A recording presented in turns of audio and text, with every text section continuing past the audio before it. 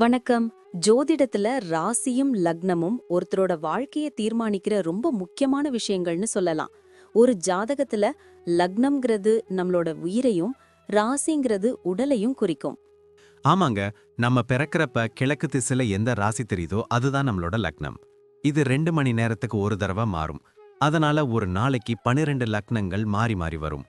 அதனால தான் லக்னம் ரொம்ப துல்லியமான தகவல்களை கொடுக்குன்னு சொல்றாங்க. சரியா சொன்னீங்க.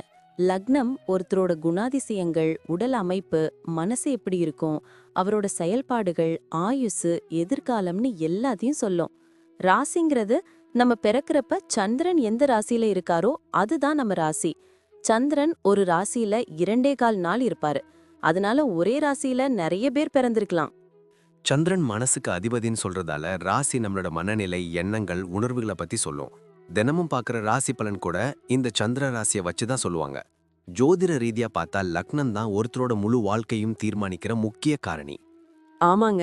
நம்மளோட ஆளுமை, சிந்தனை, செய்யற வேலைகள், அதிர்ஷ்டம்னு எல்லாத்துலயும் லக்னம் தான் முக்கிய பங்கு வகிக்கும். ராசி அதுக்கு துணையா செயல்படும். ஒருத்தருக்கு லக்னமும் ராசியும் ரெண்டும் நல்லா இருந்தா அவரோட வாழ்க்கை நல்ல முன்னேற்றமா இருக்கும். மேலும் லக்னம் மற்றும் ராசிக்கு அதிபதியான கிரகங்கள் ஜாதகத்துல எப்படி இருக்குங்கிறதையும் பார்க்கணும். ஒரு கிரகம் லக்னப்படி கெடுதல் பண்ற மாதிரி இருந்தாலும் ராசிப்படி அதே கிரகம் நல்ல பலன்களை கொடுத்தா அந்த கெடுதல் குறைஞ்சு நல்லதாவே மாற வாய்ப்பு இருக்கு. அதனாலதான் ஒரு ஜாதகத்தோட பலனை முழுமையாவும் துல்லியமாவும் தெரிஞ்சுக்க லக்னம் மற்றும் ராசி ரெண்டையும் சேர்த்து பார்க்கணும். இப்போ நாம ஒவ்வொரு ராசி மற்றும் லக்னக்காரர்களோட தனித்தன்மைகள், அவங்க வாழ்க்கையில நடக்கிற முக்கியமான விஷயங்களை பத்தி விரிவா பார்க்க போறோம். இந்த பதிவை முழுசா பார்க்கறதுக்கு முன்னாடி நீங்க இன்னும் நம்ம சேனலை சப்ஸ்கிரைப் பண்ணலன்னா இப்பவே சப்ஸ்கிரைப் பண்ணிக்கோங்க. பக்கத்துல இருக்கிற பெல் பட்டனையும் கிளிக் பண்ணி வைங்க. அப்போதான் நம்ம போடுற ஒவ்வொரு புது பதிவும் உங்களுக்கு உடனே தெரியும். சரி வாங்க, இனி வீடியோக்குள்ள போகலாம். என்னப்பா, தனுசு லக்னம் மகர ராசி காம்பினேஷன் பத்தி கொஞ்சம் சொல்ல. என் ஃப்ரெண்டு ஒருத்தன் இந்த டைப் தான். பார்க்கறதுக்கு ரொம்ப வித்தியாசமா இருக்கான். ஆமாப்பா, இது ஒரு செம டெட்லி காம்பினேஷன். ஏன் தெரியுமா? தனுசு லக்னத்துக்கு அதிபதி குரு பகவான், மகர ராசிக்கு அதிபதி சனி பகவான்.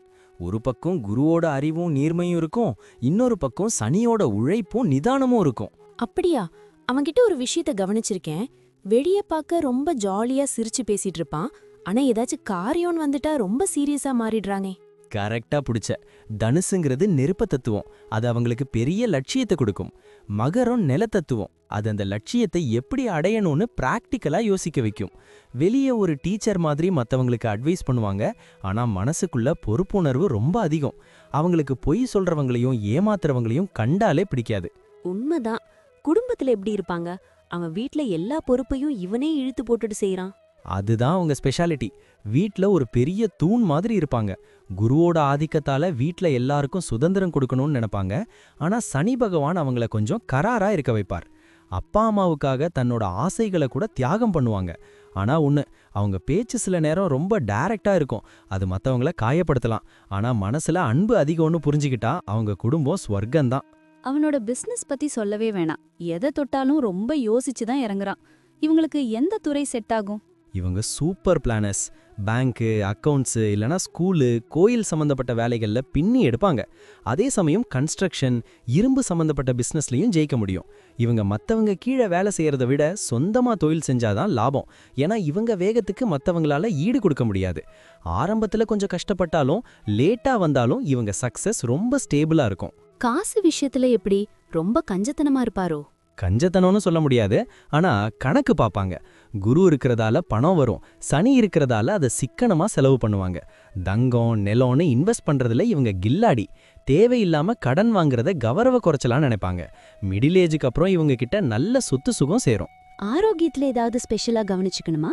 ஆமா, தனுசுங்கிறதால தொட, லிவர் சம்பந்தப்பட்ட பிரச்சனை வர வாய்ப்பு இருக்கு. மகரங்கிறதால எலும்பு, முட்டி வலி வரலாம். முக்கியமா இவங்க எதையாவது யோசிச்சுக்கிட்டே இருக்கிறதுனால தூக்கமின்மை வரும். கொஞ்சம் யோகா, மெடிடேஷன் பண்ணா நல்லா இருக்கும். அப்புறம் சாப்பாட்டுல இனிப்பை குறைச்சிக்கிட்டா ரொம்ப நல்லது. பசங்க விஷயத்துல எப்படி இருப்பாங்க? ரொம்ப பாசமான, அதே சமயம் கண்டிப்பான அப்பா அம்மாவா இருப்பாங்க. பசங்க ஒழுக்கமா வளரணும்னு நினைப்பாங்க. அவங்க பசங்களும் இவங்க பேச்சை கேட்டு நல்ல நிலைமைக்கு வருவாங்க. வயசான காலத்துல பசங்க இவங்கள நல்லா பார்த்துப்பாங்க. டிராவல் பண்றது அவனுக்கு ரொம்ப பிடிக்கும்னு நினைக்கிறேன். ஆமா, இவங்களுக்கு ஆன்மீக பயணம், வரலாற்று இடங்களுக்கு போறதுனா ரொம்ப இஷ்டம். சும்மா போகாம அங்க என்ன இருக்குன்னு ஆராய்ச்சி பண்ணுவாங்க. வெளிநாடு போற வாய்ப்பும் இவங்களுக்கு அதிகமாவே இருக்கு. வண்டி ஓட்டும்போது மட்டும் கொஞ்சம் நிதானமா போறது நல்லது. மொத்தத்துல இவங்க ஒரு ஆல்ரவுண்டர்னு சொல்றியா? கண்டிப்பா. கொஞ்சம் அந்த பிடிவாதத்தையும் மத்தவங்கள விமர்சனம் பண்றதையும் குறைச்சிக்கிட்டா இவங்க நிஜமாவே ஒரு பெரிய சாதனையாளரா வருவாங்க. விடாமுயற்சி தான் இவங்களோட தார மந்திரம். நன்றி. நான் இப்போ சொன்ன விஷயங்கள் எல்லாம் பொதுவான பலன்கள் மட்டும்தான். உங்களுடைய சுயஜாதகத்தை பொறுத்து சில விஷயங்கள் மாறுபட வாய்ப்பிருக்கு. ஆனாலும் நான் சொன்ன பெரும்பாலான விஷயங்கள் உங்க வாழ்க்கையில நடக்கும்னு நம்புறேன். இந்த வீடியோ உங்களுக்கு பிடிச்சிருந்துச்சுன்னா நான் அடுத்து பாகம் 2 எடுக்க தயாரா இருக்கேன். பாகம் 2 வேணும்னா பாகம் 2ன்னு டைப் பண்ணுங்க. நிறைய நண்பர்கள் பாகம் 2 கேட்டா சீக்கிரமே பாகம் 2 வீடியோவை பதிவு செய்றேன். இந்த வீடியோ உங்களுக்கு பிடிச்சிருந்தா லைக் பண்ணுங்க, ஷேர் பண்ணுங்க, நம்ம சேனலை சப்ஸ்கிரைப் பண்ணுங்க, பக்கத்துல இருக்கிற ஆல் பட்டனை கிளிக் பண்ணி வச்சுக்கோங்க. அப்போதான் நாங்க போடுற வீடியோக்கள் உங்களுக்கு உடனுக்குடன் நோட்டிஃபிகேஷனா வரும். உங்களுடைய எதிர்கால வெற்றிக்கு என்னுடைய வாழ்த்துக்கள். நன்றி. வாழ்க வளமுடன்.